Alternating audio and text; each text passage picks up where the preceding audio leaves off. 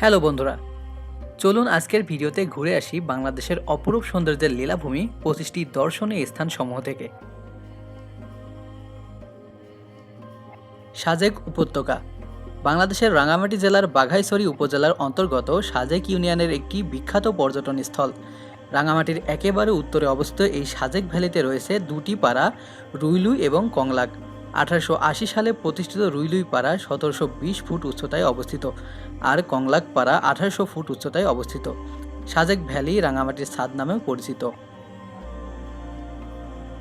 সাজেকের সর্বত্র মেঘ, পাহাড় আর সবুজ। এখান থেকে সূর্যোদয় আর সূর্যাস্ত দেখা যায়। সাজেকের রুইলুই পাড়া থেকে ট্রেকিং করে কংলাক পাহাড়ে যাওয়া যায়। কংলাক সাজেকের সর্বোচ্চ চূড়া। কংলাকে যাওয়ার পথে মিজোরাম সীমান্তে বড় বড় পাহাড়, আদিবাসীদের জীবনযাপন, চারিদিকে মেঘের আনাগোনা দেখা যায়। এখানে বছরের নির্দিষ্ট সময়ে উপজাতীয় উৎসব অনুষ্ঠিত হয় এবং তাদের সংস্কৃতির নানা উপকরণ এবং উপভোগ করা যায়। কংলাক পাহাড়, যেটি সাজেক ভ্যালির সর্বোচ্চ চূড়া। সমুদ্রপৃষ্ঠ হতে এর উচ্চতা প্রায় 1800 ফুট। কংলাক পাহাড়ের উপরে কংলাক পাড়া অবস্থিত। সাজেক ভ্যালি মূলত রুইলুই পাড়া এবং কংলাক পাড়ার সমন্বয়ে গঠিত। কংলাক পাহাড় থেকে লুসাই পাহাড় স্পষ্টভাবে দেখা যায়। চারদিকে পাহাড়, সবুজ আর মেঘের অকৃত্রিম মিতালির চোখে পড়ে। সাজেকে ভ্রমণরত পর্যটকদের কাছে এটি এখন আকর্ষণের কেন্দ্রবিন্দুতে পরিণত হয়েছে।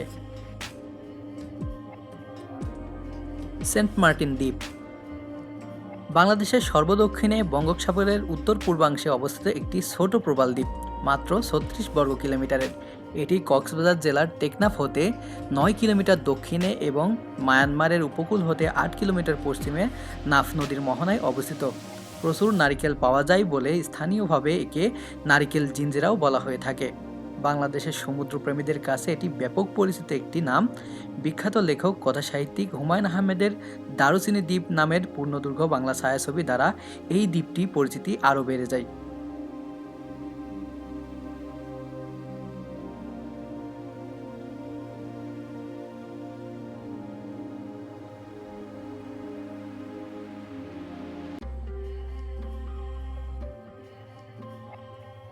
কক্সবাজার সমুদ্র সৈকত বাংলাদেশের দক্ষিণ পূর্বাঞ্চলে অবস্থিত একটি শহর, মৎস্য বন্দর এবং পর্যটন কেন্দ্র। এটি চট্টগ্রাম বিভাগের কক্সবাজার জেলার সদর দপ্তর। কক্সবাজার তার নৈসর্গিক সৌন্দর্যের জন্য বিখ্যাত। এখানে রয়েছে বিশ্বের দীর্ঘতম অবিচ্ছিন্ন প্রাকৃতিক বালুময় সমুদ্র সৈকত, যা 122 কিলোমিটার পর্যন্ত বিস্তৃত। এখানে রয়েছে বাংলাদেশের বৃহত্তম সামুদ্রিক মৎস্য বন্দর এবং সাবমেরিন কেবল ল্যান্ডিং স্টেশন। একসময় কক্সবাজার পানুয়া নামেও পরিচিত ছিল, যার আক্ষরিক অর্থ হচ্ছে হলুদ ফুল। এর আরও একটি প্রাচীন নাম হচ্ছে পালঙ্কি।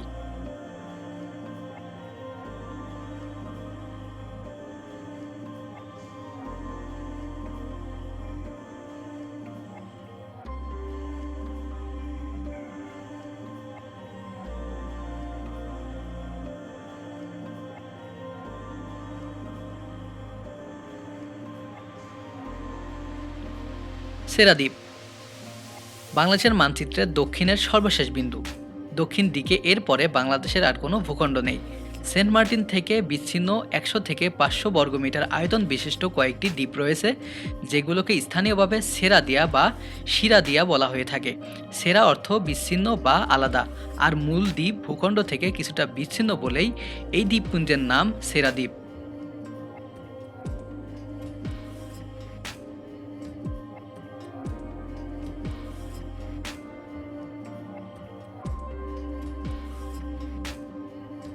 কেও ক্রাডং বা কেও কারাডং বাংলাদেশের তৃতীয় সর্বোচ্চ পর্বতশৃঙ্গ। এটি বাংলাদেশের দক্ষিণ পূর্বাঞ্চলীয় জেলা বান্দরবনে অবস্থিত। একসময় এটিকে বাংলাদেশের সর্বোচ্চ পর্বতশৃঙ্গ ধরা হতো, তবে আধুনিক গবেষণায় এই তথ্য ভুল বলে পাওয়া যায়। বর্তমানে বাংলাদেশের সর্বোচ্চ শৃঙ্গ হল সাকা হাফং। কেও ক্রাডং শব্দটির মারমা ভাষা থেকে এসেছে।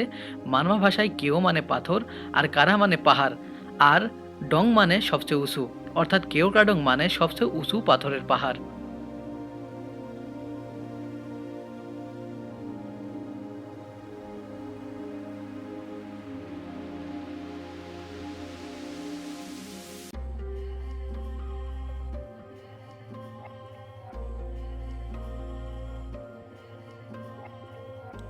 নীলগিরি বাংলাদেশের বান্দরবান জেলায় অবস্থিত একটি পাহাড় এবং পর্যটন কেন্দ্র। নীলগিরিকে বলা হয় বাংলাদেশের দার্জিলিং। পাহাড়টি বান্দরবন জেলা থেকে প্রায় 50 কিলোমিটার দূরে 2200 ফুট উঁচু নীলগিরি পাহাড় চূড়াতেই রয়েছে সেনাবাহিনী পরিচালিত বাংলাদেশের সবচেয়ে সুন্দর পর্যটন কেন্দ্রগুলোর একটি নীলগিরি পর্যটন কেন্দ্র। এর নিকটবর্তী দর্শনীয় স্থানগুলো হলো চিম্বুক পাহাড়, সাইরু হিল রিসোর্ট, শৈলপ্রপাত, মেঘলা পর্যটন কেন্দ্র, নীলাচল, স্বর্ণ মন্দির এবং বগা লেক।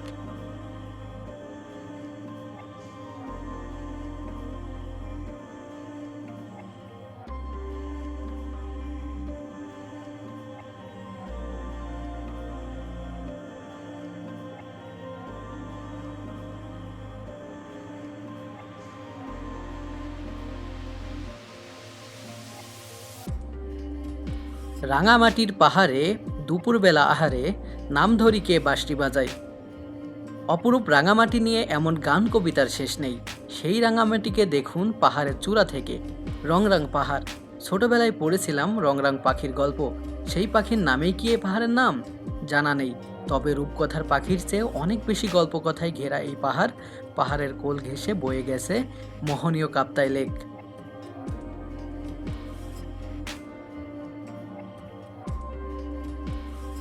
কুয়াকাটা সমুদ্র সৈকত। কুয়াকাটা বাংলাদেশের দক্ষিণ পশ্চিমাঞ্চলের একটি সমুদ্র সৈকত ও পর্যটন কেন্দ্র। পর্যটকদের কাছে কুয়াকাটা সাগরকন্যা হিসেবে পরিচিত। 18 কিলোমিটার দৈর্ঘ্যর সৈকত বিশিষ্ট কুয়াকাটা বাংলাদেশের অন্যতম নৈসর্গিক সমুদ্র সৈকত। এটি বাংলাদেশের একমাত্র সৈকত যেখান থেকে সূর্যোদয় এবং সূর্যাস্ত দুটোই দেখা যায়।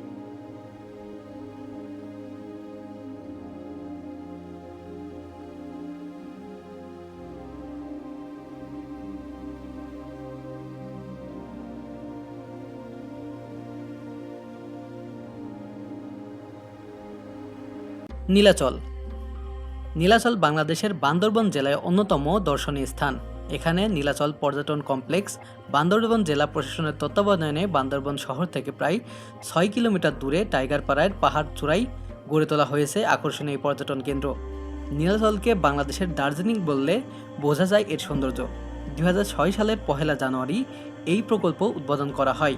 এই প্রকল্পে রয়েছে শুভ্র নীলা, ঝুলন্ত নীলা, নিহারিকা এবং ভ্যালেন্টাইন পয়েন্ট নামে পর্যটকদের জন্য আকর্ষণীয় বিশ্রামাগার।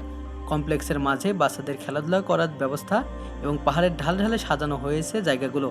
ভিন্ন ভিন্ন জায়গা থেকে সামনে পাহাড়ের দৃশ্য ভিন্ন রকম, একটি থেকে আরেকটি একেবারে আলাদা, স্বতন্ত্র। সমুদ্রপৃষ্ঠ থেকে প্রায় 1600 ফুট উঁচু এই জায়গায় বর্ষা, শরৎ কি হেমন্ত 3 ঋতুতেই ছোঁয়া যায় মেঘ।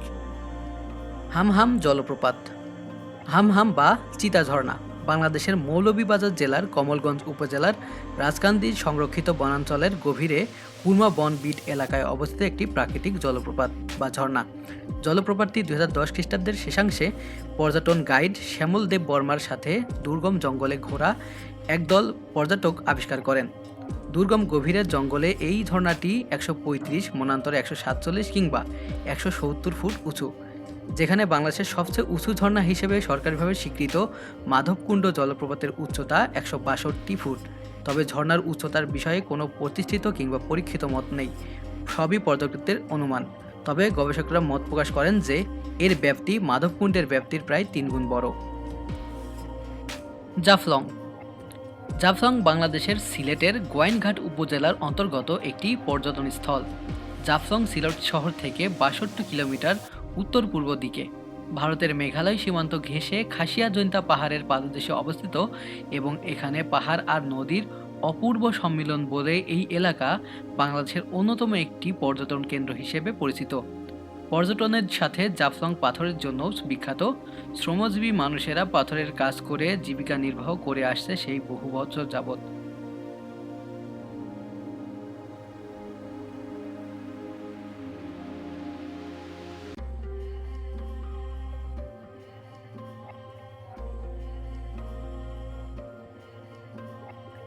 নিঝুম দ্বীপ বাংলাদেশের একটি ছোট্ট দ্বীপ।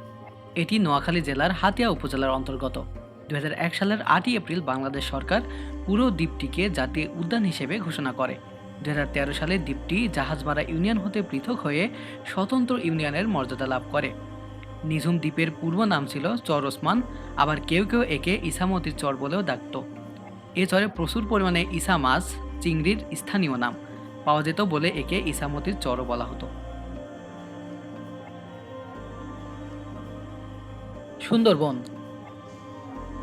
সুন্দরবন হল বঙ্গোপসাগর উপকূলবর্তী অঞ্চলে অবস্থিত একটি প্রশস্ত বনভূমি, যা বিশ্বের প্রাকৃতিক বিষয়াবলীর অন্যতম।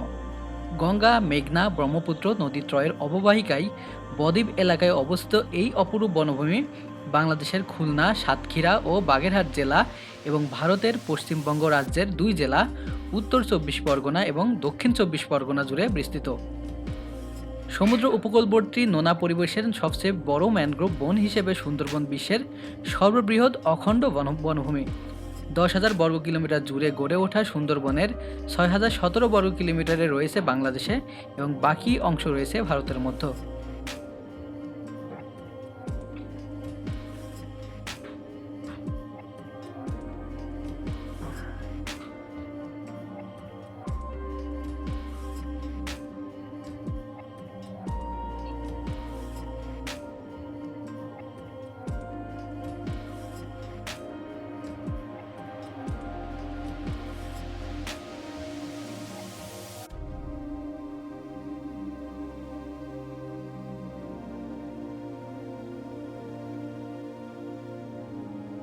টাঙ্গুয়ার হাওর। বাংলাদেশের বৃহত্তম সিলেটের সুনামগঞ্জ জেলায় অবস্থিত একটি হাওর। প্রায় 100 বর্গ কিলোমিটার এলাকা জুড়ে বিস্তৃত এই হাওর বাংলাদেশের দ্বিতীয় বৃহত্তম মিঠা পানির জলভূমি। স্থানীয় লোকজনদের কাছে হাওরটি 9 কান্দার 6 বিল নামে পরিচিত। এটি বাংলাদেশের দ্বিতীয় রামসার স্থান, প্রথমটি সুন্দরবন। টাঙ্গুয়ার হাওরের জীববৈচিত্র্যের মধ্যে অন্যতম হল বিভিন্ন জাতের পাখি। স্থানীয় জাতের পাখি ছাড়াও শীতকালে সুদূর সাইবেরিয়া থেকে আগত পরিযায়ী পাখিরও আবাস এই হাওরে। 2019 সালের পাখিশুমারি অনুযায়ী হাওরে আশেপাশের এলাকায় 208 প্রজাতির পাখি দেখা গেছে। পরিযায়ী পাখিদের মধ্যে বিরল প্রজাতির প্যালোসেস ঈগল, বড় আকারের গ্রে কিংস্টক রয়েছে এই হাওরে।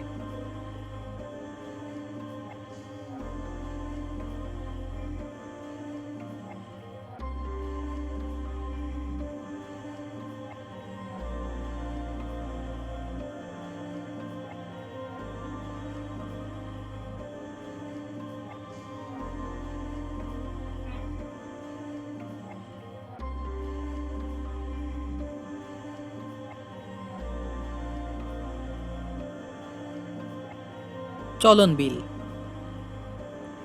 বাংলাদেশের উত্তরাঞ্চলের একটি বৃহৎ বিল। এটি নাটোর, সিরাজগঞ্জ এবং পাবনা জেলা জুড়ে বিস্তৃত। 47টি নদী এবং অন্যান্য জলপথ চলন বিলের মধ্য দিয়ে প্রভাবিত হয়। বিলটিতে পলিমাটি জমে এর আকার সংকুচিত হয়ে আসছে।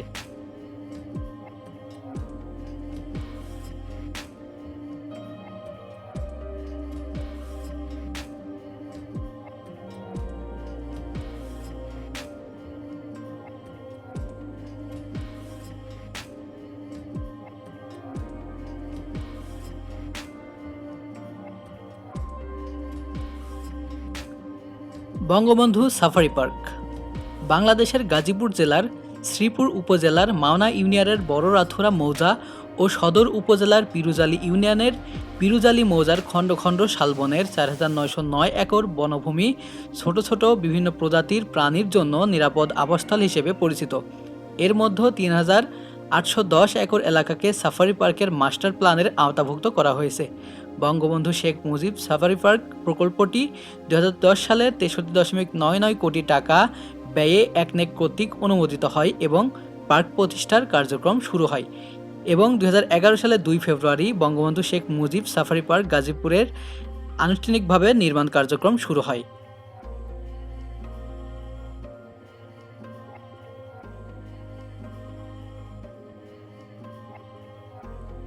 নাফাকুম জলপ্রপাত বান্দরবন জেলা অবস্থিত একটি প্রাকৃতিক জলপ্রপাত। নাফাকুম মারমা শব্দ, নাফা অর্থ মাছ আর খুম শব্দের অর্থ হলো জলপ্রপাত। রেমাক্রি নদীতে এক ধরনের মাছ পাওয়া যায় যার নাম নাফা মাছ। এই মাছ সবসময় স্রোতের বিপরীত দিকে চলে।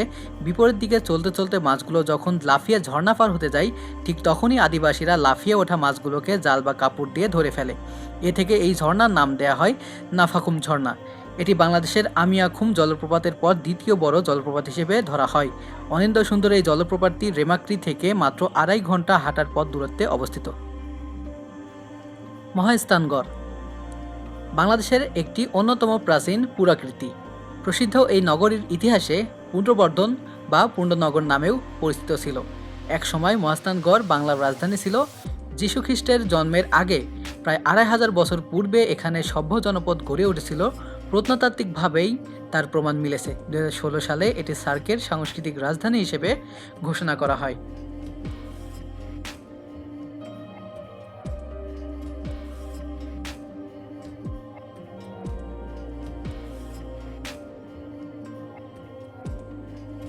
রাতারগুল জলাবন বাংলাদেশের একমাত্র মিঠা পানির জলাবন এবং বন্যপ্রাণীর অভয়ারণ্য, যা সিলেটের গোয়াইনঘাটে অবস্থিত।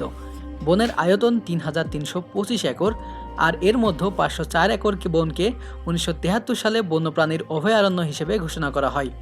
এছাড়া 204 হেক্টর বনভূমিকে 31 মে 2015 তারিখে বাংলাদেশের বন অধিদপ্তর বিশেষ জীববৈচিত্র্য সংরক্ষণ এলাকা হিসেবে ঘোষণা করে। এটি পৃথিবীর মাত্র কয়েকটি জলাবনের মধ্যে অন্যতম একটি। এই বনকে বাংলাদেশ সরকারের বন বিভাগের অধীনে সংরক্ষণ করা হয়েছে। লালবাগ কেল্লা ঢাকার দক্ষিণ পশ্চিমাঞ্চলের বুড়িগঙ্গা নদীর তীরে অবস্থিত একটি অসমাপ্ত মুঘল দুর্গ। এটির নির্মাণ কাজ শুরু হয়েছিল 1678 সালে মুঘল সুবাদার মোহাম্মদ আজম শাহ কর্তৃক, যিনি ছিলেন সম্রাট আওরঙ্গজেবের পুত্র এবং পরবর্তীতে নিজেও সম্রাট পদপ্রাপ্ত হয়েছিলেন। তার উত্তরসূরি মুঘল সুবাদার শায়েস্তা খাঁ 1680 সালে নির্মাণ কাজ পুনরায় শুরু করেন, কিন্তু শেষ করতে পারেননি।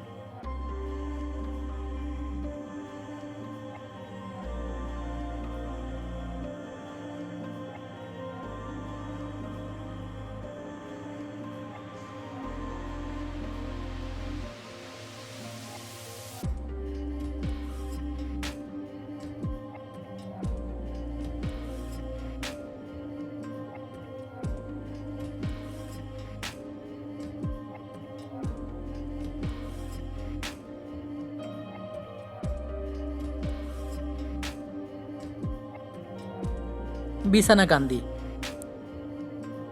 বাংলাদেশের সিলেট জেলার গোয়াইনঘাট উপজেলায় অবস্থিত রুস্তমপুর ইউনিয়নের একটি গ্রামের মধ্যে অবস্থিত। এটি সিলেটের পর্যটন স্বর্গ। দেশের সীমান্ত ঘেরা পাথরের বিছানা ও মেঘালয় পাহাড় থেকে আসা ঠান্ডা পানি, পাশেই পাহাড়ি সবুজের সমারোহ, ছোট বড় পাথরের উপর ছুটে আসা স্বচ্ছ পানির স্রোতধারা বিছানাকান্দিতে সৃষ্টি করেছে এক মনোরম পরিবেশ।